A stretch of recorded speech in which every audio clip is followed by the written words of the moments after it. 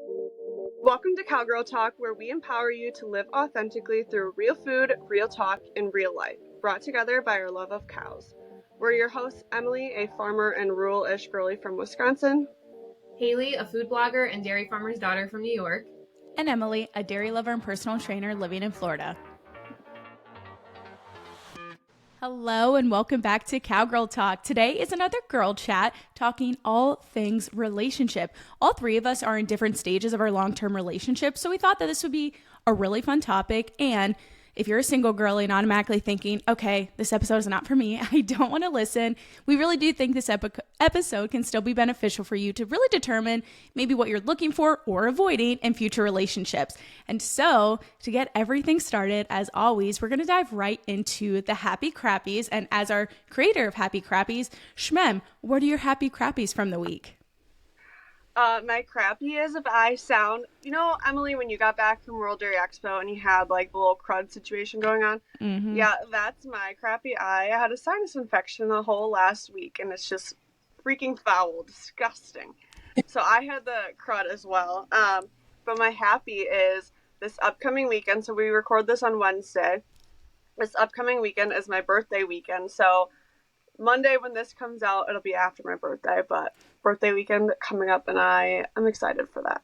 How old are you turning? 26. 26. Y'all are babies. Yeah. I had a mental crisis, quarter life crisis last year when I turned 25, and I feel like it's gonna be the same when I turn 26. I'm turning 29, so it's not that bad. Yeah, I just feel like there's just so much to figure out in life. Like, for example, the fact that I have to be on my own insurance now because I'm self-employed. Like, what the heck? I don't want to figure that out. I mean, I am figuring it out, clearly, because I need insurance, but yikes. Yeah, that bites. I resonate. I just turned 26 too, and getting kicked off the rent's insurance is not fun. No. Lost into the world. So my happy is, well, I guess I'll reverse it. My crappy was on Monday.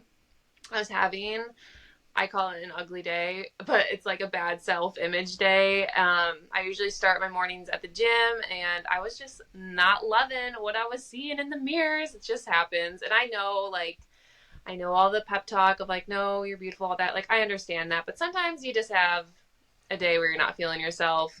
And I tell you what, it's because I haven't had a spray tan in a while, but this is all about real talk. And I'm telling you, that influences my mood so much. And I get a spray tan, I'm like, oh, never mind.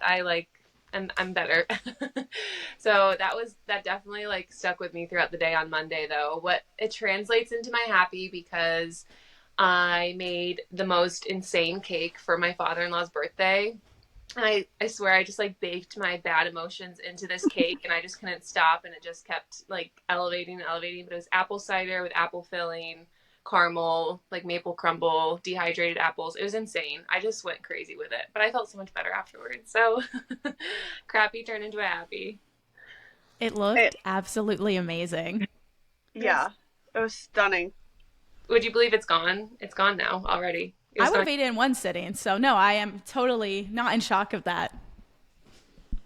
But I don't have any fun food happy or crappies this week. But my happy is that my little brother, my only brother, but he is the youngest, he moved to Florida officially this week. And he's in West Jacksonville, so he's about an hour or so away from me. But it's much closer than Pennsylvania, and so I am so excited to finally have a Shaw sibling in Florida. I've been soloing it down here as the only sibling for 6 years now. So I'm just very, very excited. And I'll also get to see him for a Halloween weekend. I'm excited to see what they dress up as. But my crappy is not necessarily a terrible crappy, but I just have been off my training grind a little bit. And I really need to get some consistency back in this. And I went for a run yesterday, and it was really hard, and I felt like I was dying. So that's a sign. I need to get back into it, and I am going to. So it's a crappy turned into a happy of getting my shit together again. There you go. But it shows that you can do hard things, and you did it, and you accomplished it, and that's all that matters.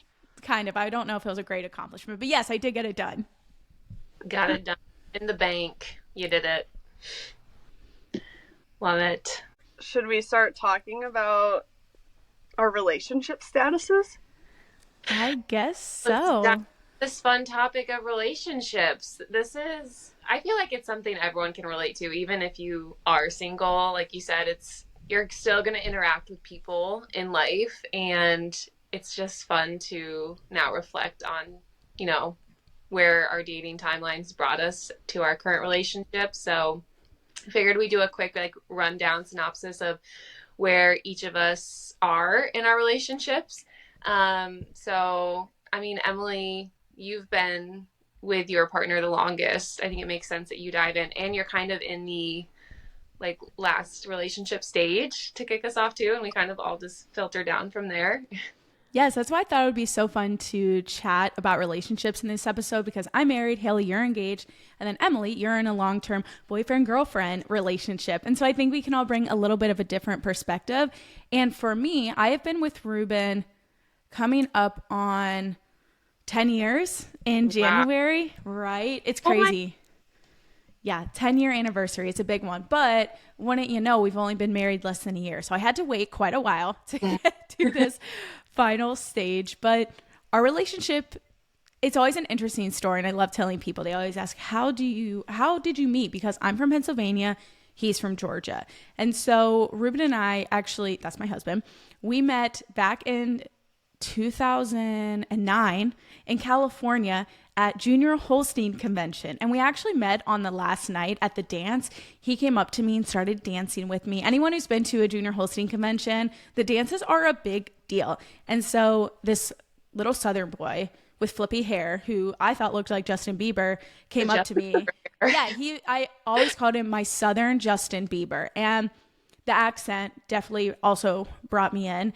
And I think instantly I was like, oh my gosh, this man is amazing. I love this man. And so that's when we officially met each other. And we were, of course, in Pennsylvania and Georgia. And so we kind of on and off dated, whatever you do in high school. You know, we kind of chatted, we kind of saw each other at cow shows, at different events, but we dated other people. And it wasn't really until officially my freshman year of college and his senior year of high school, because I am a year older, that we officially started dating. And so we officially started dating technically, I guess, in January of 2014. And we were long distance for basically 4 years. I mean, we did college completely separate. And so we did true long-term distance. We would really see each other, potentially at cow shows, events. We would meet up a couple of times a year in North Carolina. And that was always fun. We always met up in different spots. And it was hard, but we made it work. And then when we both graduated from college, and I graduated from Penn State in May of 2017, that's when we decided I'm going to move to Georgia. His family has a dairy farm in Georgia, and so it just made a little bit more sense. And moved to Georgia. We lived there in the shop right across from their parlor, so little spot right on the farm. And then the following year, 2018, we moved to Florida, and that's where we've been since. And we got engaged. Oh my gosh, when did we get engaged? In 2022, because then I guess we got married this past year. And so that's our story. That's how it all got started. And also just a fun fact, he's 100% Dutch. His family moved over, his parents moved over in the 90s from the Netherlands. And so I'm hoping his genetics bring some height to our future kids, because my family is such average height. I love my family, but none of us are tall, really. I love how you call it average height. We're such average height people. I love that. That's great. That's such a timeline of a relationship. Mm-hmm. I feel like you all you both experienced so many different seasons to it of long distance, and then living in Georgia, then living in Florida, and that's a new place for the both of you. That's crazy. And you stuck through it the whole time, and now look at you. Yes, a lot to navigate. And you are kind of in the next stage below, I guess you could call it, of now being engaged. And this is also a fun episode because I don't necessarily know the ins and outs of y'all's relationships, right? And so this is fun for me to also get to learn about y'all, and y'all get to learn about me, right? So Haley, let's hear your rundown. Yes. So Connor, my fiance, we've been engaged for a year and together for a little over 3.5, I guess now, which is crazy. We started dating literally right when COVID started. Like our first date everything was closed. everything just closed down. So our first date was walking around a grocery store, and we literally went and like looked at the toilet paper section because all the toilet paper was gone. Like we wanted to see it for ourselves, but yeah, we couldn't get food anywhere, so we literally just had to buy food at a grocery store, and that was your first date. So I kind of always just keep it on the 2020 COVID timeline of I feel how like you going to a grocery store with a guy that was like so you. on brand. Yeah. Especially because it was Wegmans. Like Wegmans is iconic here in the Northeast. It's just, yeah, it's a whole new world. But yeah, I didn't hate it. Nonetheless, I actually really enjoyed it.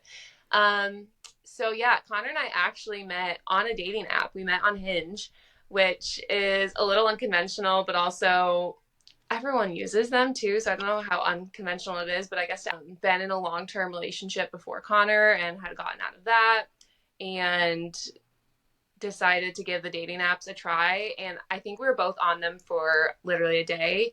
And I was hesitant to use them. I was like, is this safe? Like, I'm just expecting to meet a murderer on this for sure. But immediately, like, going through his profile was like, oh, you work for, at the time, you worked for Cargill. And I was like, I know this person works for Cargill. And we, like, all, like, he had cow pictures. And we ended up knowing all the same people. And I was like, okay. And you have a dog. So this is safe. This is legit. So yeah, he's like 4 years older than me, but I don't know, we met and it just, everything was like kind of closed. And so we just spent a lot of time together just doing, I don't know, going to state parks and not doing typical date things, but we really like bonded really quick, and our relationship timeline, I feel like, progressed really, I don't know, when you just know, you know, and it was just, we hit it off right from the start. And yeah, got engaged a year ago, and we're in this season of being fiancés, and it's very fun. And right after getting engaged, we like dipped our toe into wedding planning, and I wasn't a fan of it. And we'll go into this later, but I was like, this is really intense. And we're both in very hectic points in our careers too. So we're kind of just taking this time to figure out how we want this wedding and moment to look, because it comes once in a lifetime, and we both, I think, are kind of deep thinkers about stuff and take our time with it. So we're like, yeah, if we're gonna do this once, let's do it right in the way we want to and not get swept up in a timeline of things. So we are slowly just putting around, putting around, Putting, same thing. Yeah, what makes sense for us for marriage. But we're excited and love exploring different options. I don't know, there's so many different, you're on TikTok, you're like, oh, you could do a wedding this way, you could do it this way, you could do it this way. At some point you just gotta decide, but it's fun for now to be in the season. I'm looking forward to being in that season. Yes, it is fun. So Avery and I, our story, so similar actually to Emily. Avery and I have known each other since 2014, I think. And our story is funny, I think, too, as well. And I love telling it because it's just, I don't know, very us. So we met at an FFA field trip in high school. I was a sophomore, Avery was a senior, and it was a field trip where like we were helping like lead kids around, and we met taking the garbage back to the high school. So how romantic. I know, and Avery's big old pick 'em up truck. And so that's how we met, and then we like went to football games together and stuff. We started talking. I actually, in one of our YouTube videos, was like reading through our first DMs to each other. They're so funny. But we would go to Culver's together, all the things, very like still us things that we do. And then one day we were at Culver's, and Avery decided to go leave with a different girl and ghosted me and didn't talk to me for a while. Called out. I know. We talk about it all the time. He claims that I ghosted him, and I'm like, no, I have a very distinct memory. Like, I know what booth I was at Culver's. Like, I know, like, Culver's is our place, and the fact that you did that to me there. So then we, like, didn't talk for a while. We still went to the same high school and everything. Would see each other at parties because we would host lots of parties, or they would host lots of parties at their farm, you know, a little underage party situation. Yeah. So, like, we would see each other at parties and school and stuff, and I was really good friends, and obviously still really good friends with his cousin and everything, but just kind of went our separate ways, didn't talk as much, And then I dated another person, and we'll get into it later talking about dating in a small farming community because I have not left the small farming community in my dating experiences. Um, but I was dating another guy, and then Avery and I, it was not going to work out with this guy. I knew it wasn't going to work out. And as things were ending there, Avery and I started talking again, um, just Snapchatting, talking. He came down to Madison a lot over the summer to visit me and my friends and like hang out. And it took a while.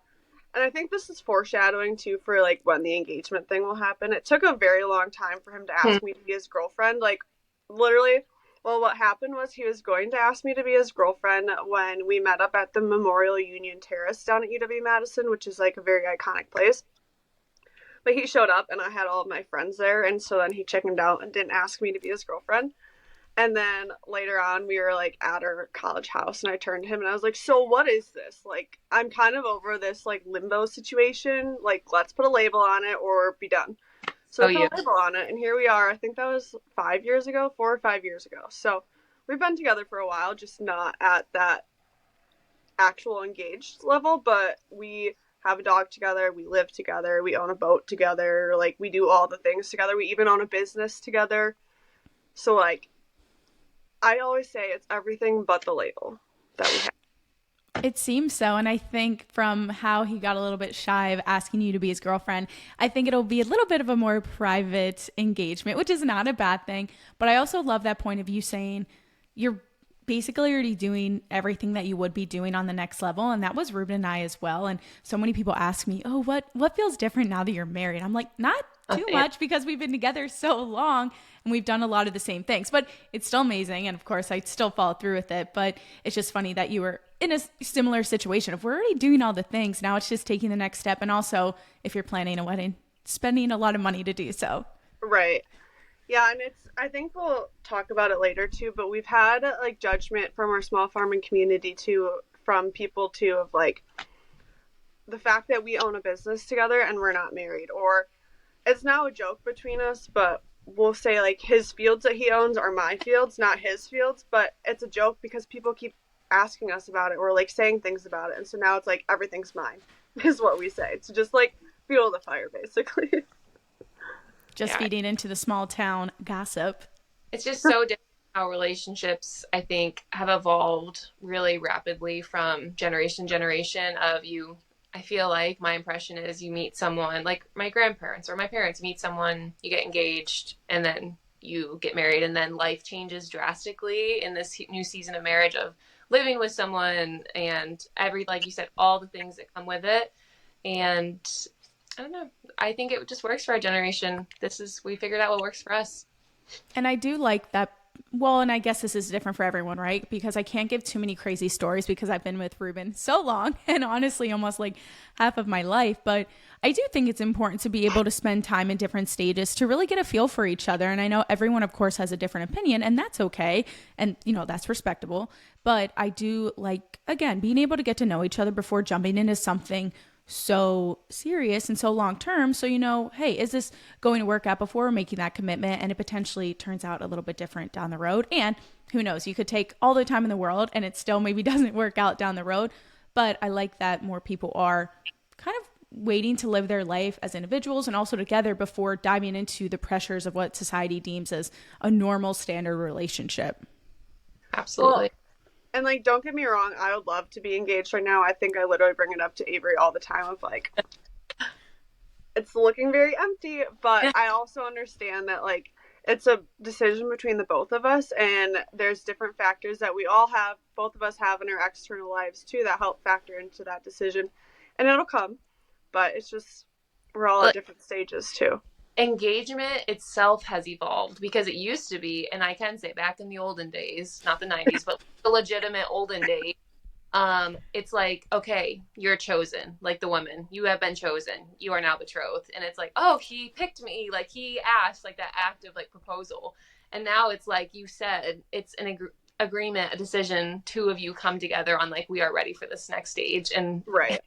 But yet our society still kind of clings on to like this, they have to come and ask when it really was because women would just be waiting to be picked to be a spouse. Right. So Right. weird. Well, So bizarre. Emily, you can talk about long distance. I mean, moving from family to be with your partner. For anyone listening that is going through long distance or is maybe faced with the prospect of long distance, or maybe they're ready to take the next step and go be with that partner and leave family, what can you speak to on that? Yeah, and this is a fun topic to talk about because I think technology has made it much more available to have these long distance relationships. And I know back in the day or whenever it was before this kind of access to technology, people still did that.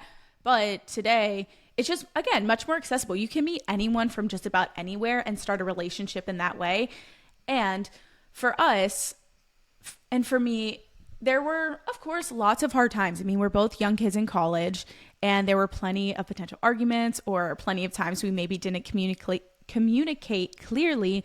But I think what really helped me is recognizing that, okay, we can make this work, and I'm going to miss him physically of not being able to be together, or, oh, it's too hard, I'm just going to throw in the towel. I'm still going to miss him, right? From then not being together. And so that was a question and kind of a thought process that helped me. And maybe Ruben had the same one. I don't know. I didn't ask that, but something that helped as well is really just making sure you still take that time for communication clearly, whether and outside of just texting, right?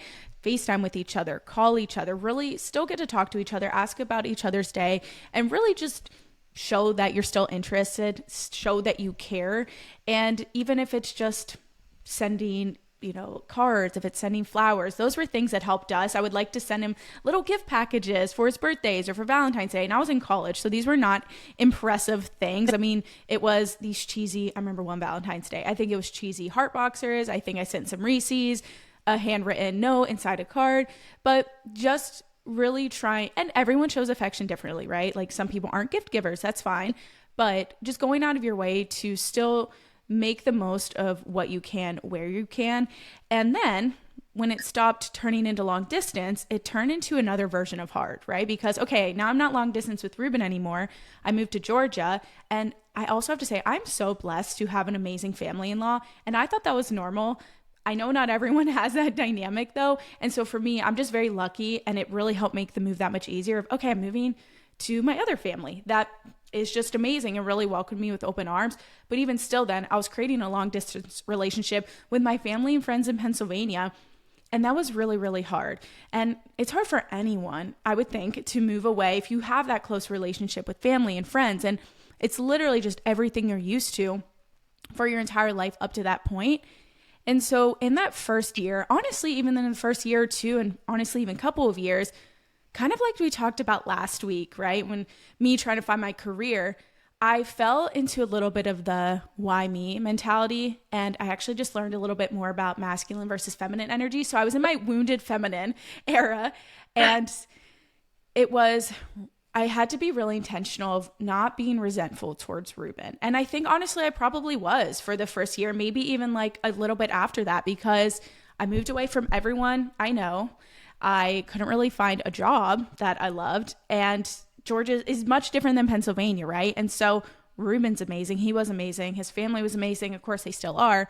But internally, I was like, I gave up so much for this. And now life's not working out how I wanted. And so what really helped make that transition is, of course, being open. I'm a crier. I'm emotional. But you have to share that with your partner. You have to have those open conversations and not try to have it be an attack on the other person. So having the conversations and also owning your decision.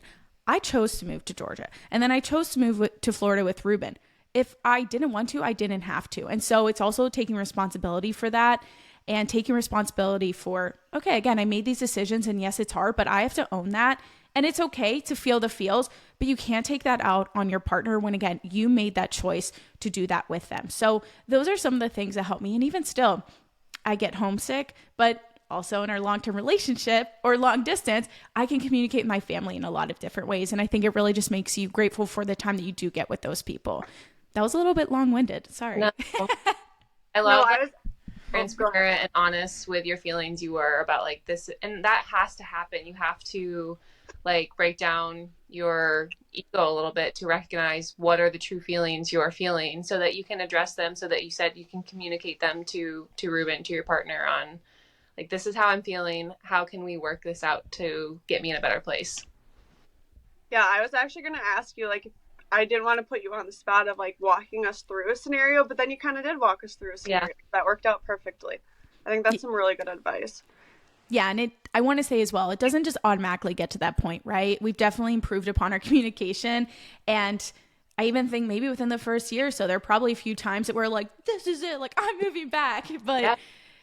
it grows, right? And you have to be able to be open and recognize that. And even still, I think there's always room for improvement in our communication and how we go about these things. But also, I think it has to do a lot with yourself and your own growth and really recognizing where are my feelings coming from. And again, just kind of taking responsibility for all aspects of life personally can also then help your relationship. So that's my kind of fun difference or tidbit of my relationship. But Haley, now we can put the spotlight on you.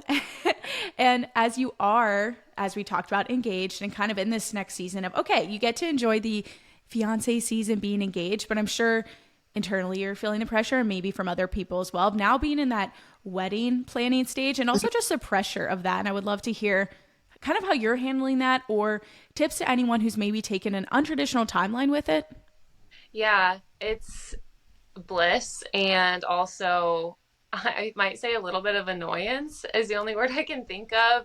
I truly love being engaged to Connor, and he is truly just the perfect match for me. And I sound cheesy, but like soulmate is the best way I can describe it. And I appreciate that term so much more because we're both transplants to where we live here in Northern New York. I grew up 3 hours from here. He's from Connecticut, and we both wound up here and somehow ended up crossing paths at the perfect timing. So like, I truly believe God had his hand in that and that we should be together. And that's all the affirmation I need. And like you said, relationships go through hard times and struggles, but it's like deciding, okay, this is the person I'm willing to work through these with.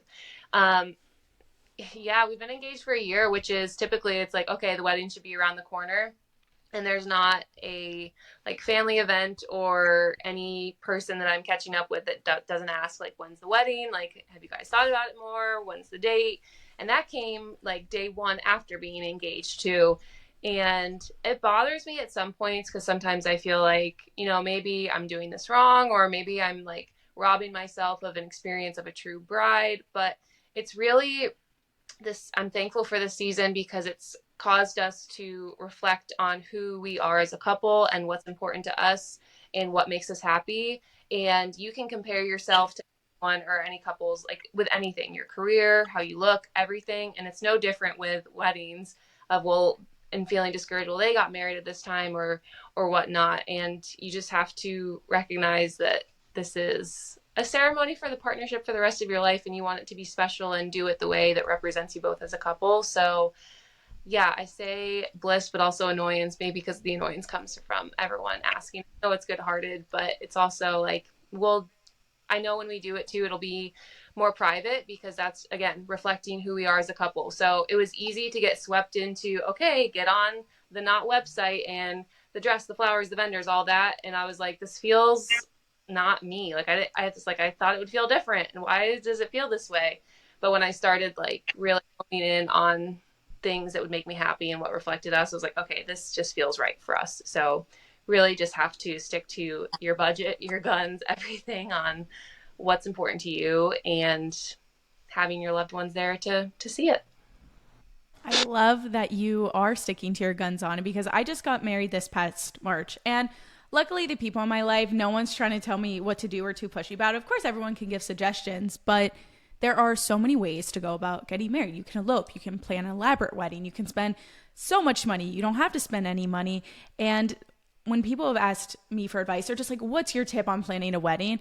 It's remembering that the wedding's for you. There are going to be family members and friends that have their own thoughts of what you should or shouldn't be doing, but it's not celebrating them. It's celebrating you. And, you're the one planning the wedding. You're the one probably spending the money on it, putting the stress and putting the time into it. And so I think it's just so important, like you said, Haley, to recognize what do we want as a couple and how can we stay true to ourselves on this? Because again, if you're going to drop a lot of money on it, you want to, and even if not, you want to make sure you're doing it in a way that's true to yourself. And the people that disagree with that, they'll get over it. Yeah. I think like the best advice I've been given, and it came from a bridal gown lady that was helping me try on dresses, and I loved it. And it's like everyone has a moment, whether they realize it or not, of their wedding day, like a specific moment that you envision that you can see, whether it's cutting the cake, you walking down the aisle, like something that you can see. And it's like holding on to that moment and developing and creating things that will get you that moment rather than worrying about like an Instagram photo of the perfect flowers and how it's like almost feels like competitive at times too on Instagram of who has the best wedding or whatnot. So it's just I want to be an old lady and reflect back on that moment and know that I created that moment. So I'm taking my time to find that moment. I think another thing too, while it's obviously a very important day, is it's one day out of your entire lives, and you are the whole point of getting married is because you are spending, and I'm saying this as somebody who's not engaged or married, but the whole point of you guys being married is that commitment that you're going to spend the rest of your life together. And this is something that Avery and I talk about too, is like we're still committed to each other, and it's about that commitment. You're celebrating your commitment. You're not just having a party.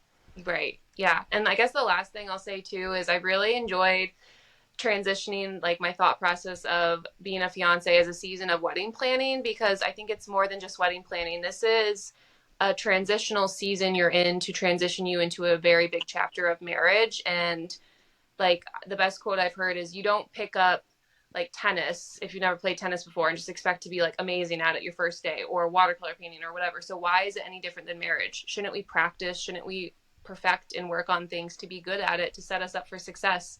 And this is a great season to do that, to understand your partner's love language, to understand their personality traits. Like that is the best relationship advice. Is Connor and I took personality tests for our careers in sales, and now I understand he's very direct and he knows I'm very hypersensitive. So when he's talking to me very like bluntly, don't get my feelings hurt, he's just trying to get his point across, because that's how he communicates. And he knows when to talk to me to flower it up very sweetly, because I'm a very sensitive person, and you avoid so many arguments that way. So it's just a really nice season to better understand your partner and to look forward to a life ahead of a happy marriage. Well, and Emily, yeah, I was going to say Emily now is waiting for that season of life that Haley is kind of in right now. And I can feel that, as I would have gotten engaged to Ruben years ago.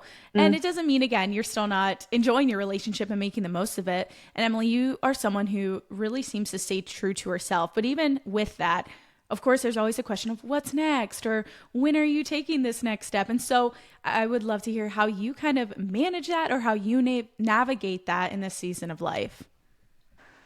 So I've been thinking as you guys were talking, and especially Haley as you were talking, is I feel like although Avery and I don't have the relationship status or the label as fiance or engaged, we are very much in that same, Haley, as you're talking about, you're learning to set yourself up. Like I feel like we're very much in that season too. There's different things going on in our lives that have impacted, I think, how we view relationships, Avery and I. It's something we've evolved and grown and learned of, like, when we're facing an issue in a relationship or facing something, like we're facing it together, we're not facing it apart. And so I don't know, we've definitely had a lot of different growing stages in our relationship. And I think when we get asked the question of what's next, it's like, it's going to come.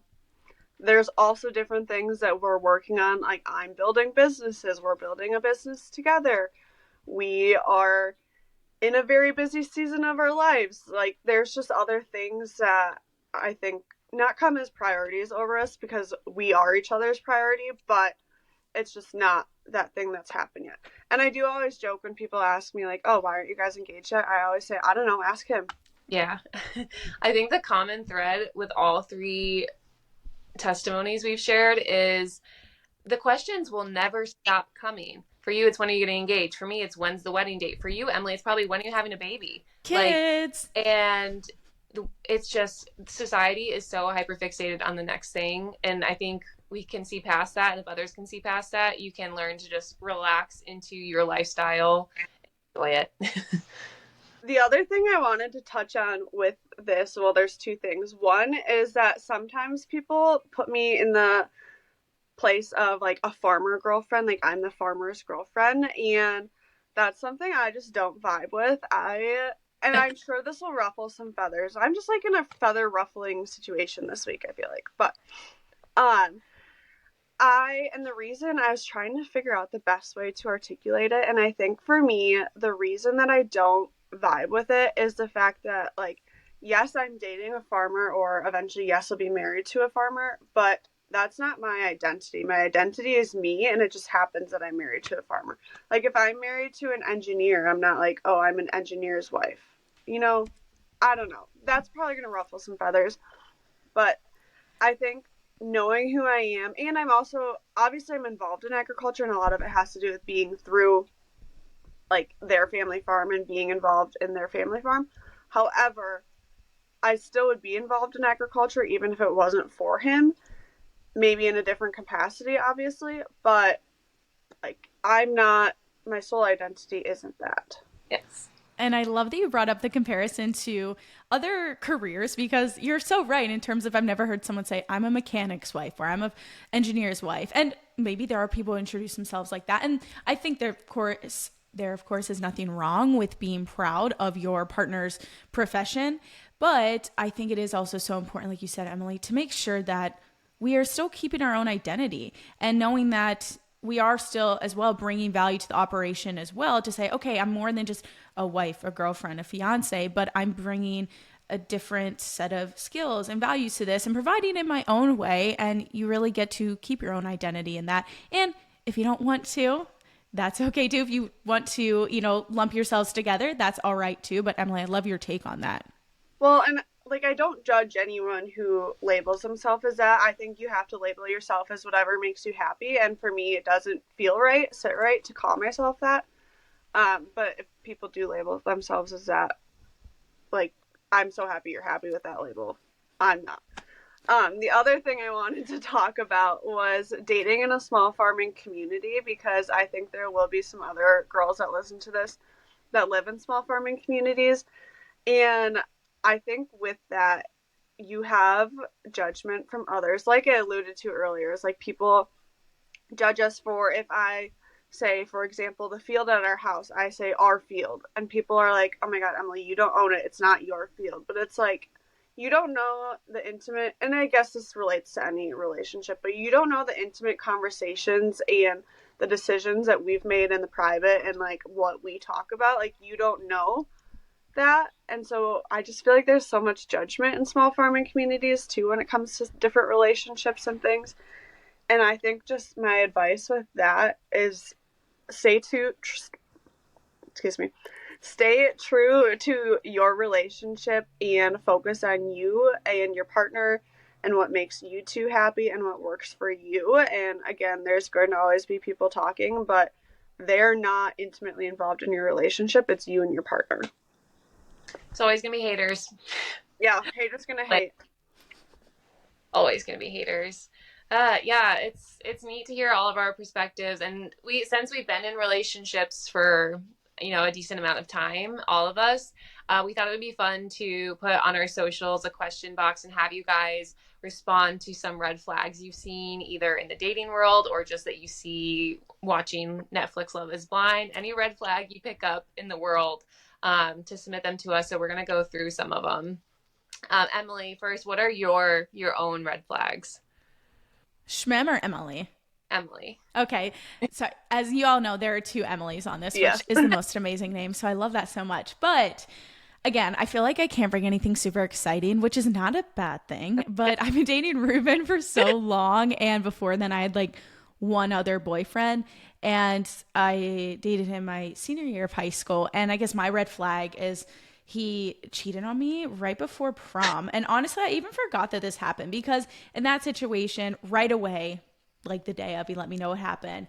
We talked about it. It was okay. We moved on. It broke up before I went to college, but even the fact that it happened, red flag. But it also goes to show that you're going to deal with shitty situations and shitty people in your life, but you're eventually and maybe very quickly going to move on and kind of forget that it even happened. Mm-hmm. It's shitty in the moment, but not shitty forever. Yeah. Shmen, what about you? What's your red flag? My red flag, again, going back to dating in the small farming community, is the fact that I feel weird like talking about some of these because I'm like, people who listen to this that are from Sauk or from where I live will know what I'm talking about or who I'm talking about. But my high school boyfriend slash beginning of college, I went to college maybe a half hour away from here, and he never visited me in college. And that is a red flag because one, we live so close. Like, I would come home every weekend, and this is something I actually regret a lot, is I would come home every weekend to see him, and he never came down to Madison to visit me. And, like, that's just not a fun situation, especially when it's one thing, I feel like if you go to college 12 hours away or something, like, Yeah. obviously it depends on your situation if you can make it work. But it was a half hour away. It's the effort for me. Yeah, it Yeah. needs to be 50-50. Yeah. Yeah. I would say I had to dig deep too back into the slumps of the dating world because I've been in just like perfect man bliss for so long. But a big red flag if they don't like dogs. I'm sorry. Agreed. Like what? That's Like, what's wrong with you? yeah. I guess a more serious one is like someone that always plays the blame game. Like they always have to. It always has to be someone's fault, even if it's not you. What if it's like the waiter's fault or like the person in the drive-through or the person that cut you off? Like they always have to find someone to blame. That's icky to me. Like it does. Sometimes it can just be a bad situation and you move on from it. But they have to find the blame for someone. I Gross. also feel like very what you just said of like how they treat waiters and how they treat other people. Yeah. I think that's such a telling thing is like how they react or how they interact with those people or just anyone in general. Like say you're at the grocery store and how they respond to the person checking you out and stuff. Like if they're icky to them, no thanks. Yeah, Yeah. it's like bully behavior is not Yeah. okay. Okay, some we were submitted to us. My boyfriend was tracking my location. Red flag. I guess for this, there's a few things for me. Do they know that they're tracking the location? Because if you're both like, hey, we're going to keep each other safe for going out, whatever, then it's okay. If they're trying to do it in secret, a little bit creepy. And also, I guess maybe how long have they been together? If it's been a really long time, I don't know if it necessarily makes it okay if they still don't know. But if it's been a super long time, but if it's a right away thing of like, you don't know, we're very new to this, then it's super duper creepy to me. Yeah, and just like insecure. They want to know where you are. You know what I mean? What's going on? That's, red flag if you don't know for sure. I was going to say the only reason I ever want Avery's location is if he needs me to bring something to the field and I don't know where he is. There you go. But Food. right, if I'm bringing him food or something or if I have to bring him a part, then it's helpful to have his location so I can just know where to go. But I also feel like that to dive a little bit deeper into it is like, where's the trust? Yeah. If they have to track, and I understand sharing location for safety. Like all of my friends from college, I still have their locations because we shared our locations with each other for safety. And yes, I will still go on there sometimes and see what they're doing right now because I just want to stay up to date on my friends' lives. But it's a trust thing with a partner too. If you are immediately like, I need to know your every location, and they're not comfortable with you just saying what your location is, they like need to have it on their phone. Like, ugh, icky. Yes. Red flag. Couples that have to be in constant communication. I feel like I don't want to say felt guilty to this, but when Ruben and I were in a long distance relationships in college, we kind of texted all the time, but eventually I started to get tired of that. And so I was like, we do not need to be in the constant communication. So I think for me, at starting point, you're kind of in the honeymoon phase, the love at first sight, all the blissfulness. But I think you should also remember later on that y'all need to be your own people too. Yeah. I don't know. This might be a nah for me because I don't know, if it's out of an insecurity or like a hyper worried situation that I always need to talk to you. But I think a sustainable relationship will build their own cadence of when you talk in the day, when you don't. But I guess, okay, maybe a red flag because it's like I don't know, a phone call at the end of the day if you're apart, but Yeah, I was gonna say, I feel like it depends on the situation because if you, I feel like in the beginning of the stages, like you're saying, beginning of the relationship, you're in that honeymoon phase where you're like, I just want to be constantly talking, which I don't think is unhealthy. I think it's just, as you were saying, Haley, as you continue on with your relationship, you find that cadence of when you talk. And for some people, maybe it does like work the best for them to have constant communication. I think Avery and I, when we first started a relationship, we definitely would talk more, even just Snapchats, because now I'm like, ew, I hated that. We Snapchatted all the time and didn't text, but whatever. But like so now, we'll call each other in the middle of the day sometimes just to check up on each other, especially right now during harvest because we're so busy. But like maybe it's a call to check up, a 30-second call, and then you talk when you get home. But I think, like you said, everyone finds their own cadence. But if it's like 5 years down the road or whatever, and you're just constantly talking, if it works for you, it works for you. If it doesn't, like or if you don't like it, like be yeah. done.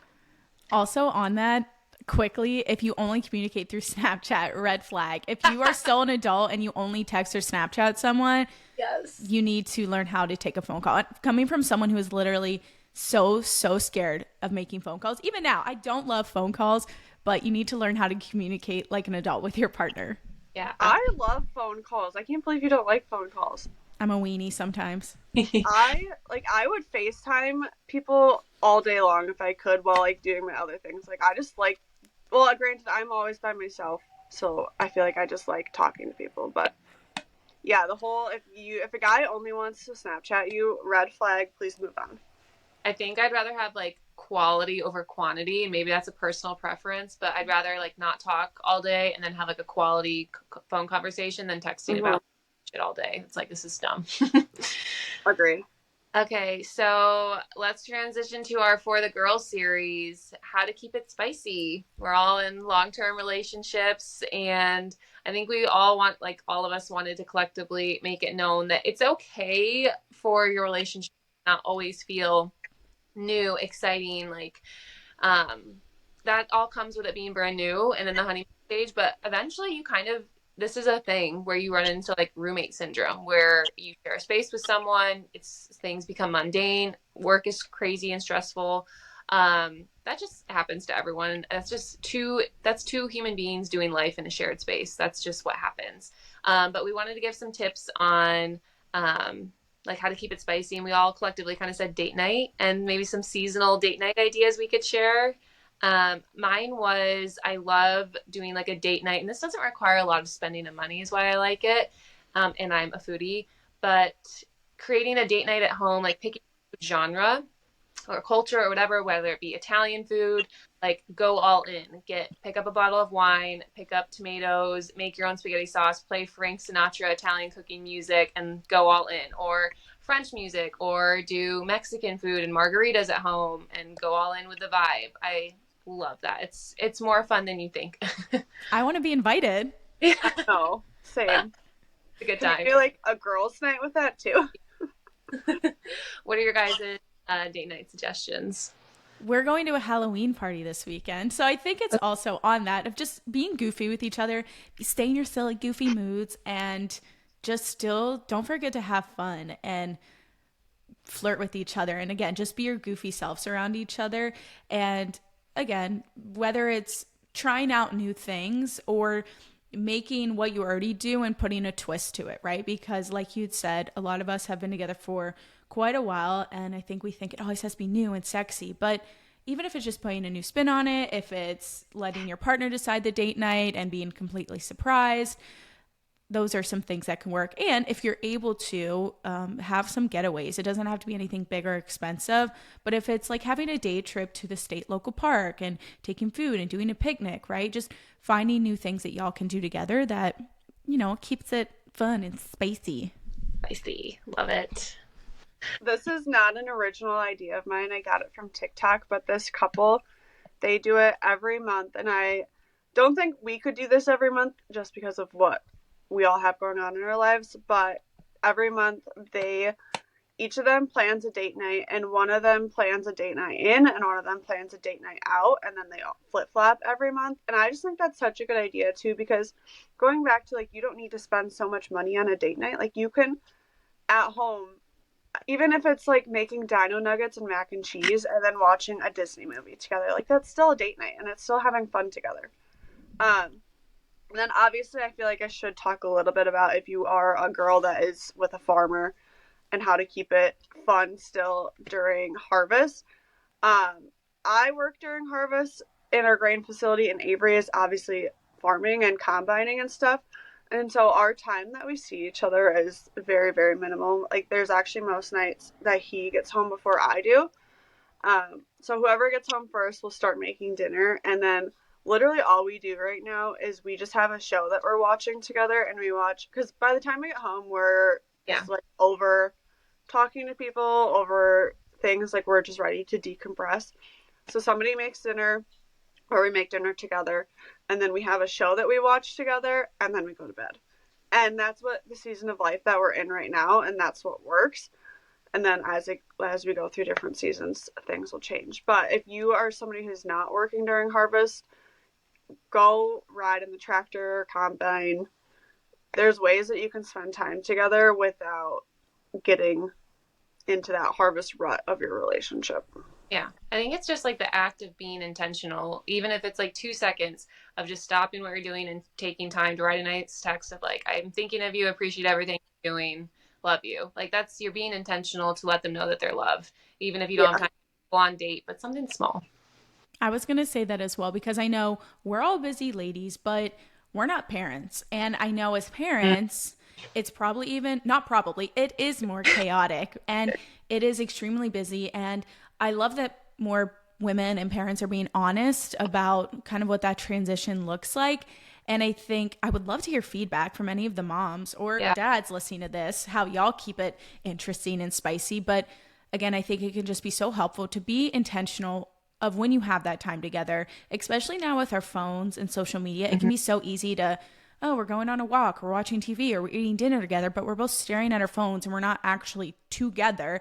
And so I think that's important as well to note, of just really making the most of your time together, being present with each other. And again, continue flirting with each other, compliment each other. And as I talked about this earlier, but as I just learned a little bit more about masculine and feminine energy, everyone's a little bit different. So just being open with your communication and how you like to be communicated with, and how you like to, whether it's like delegating tasks or asking things, I think it's so important to have those open conversations to make sure that you do stay in that attractiveness to each other as well, of like, hey, we don't just want to be roommates for the rest of our life, making sure you're doing things and communicating in a way that allows you to remember like, oh, like we're attracted to each other and things like that.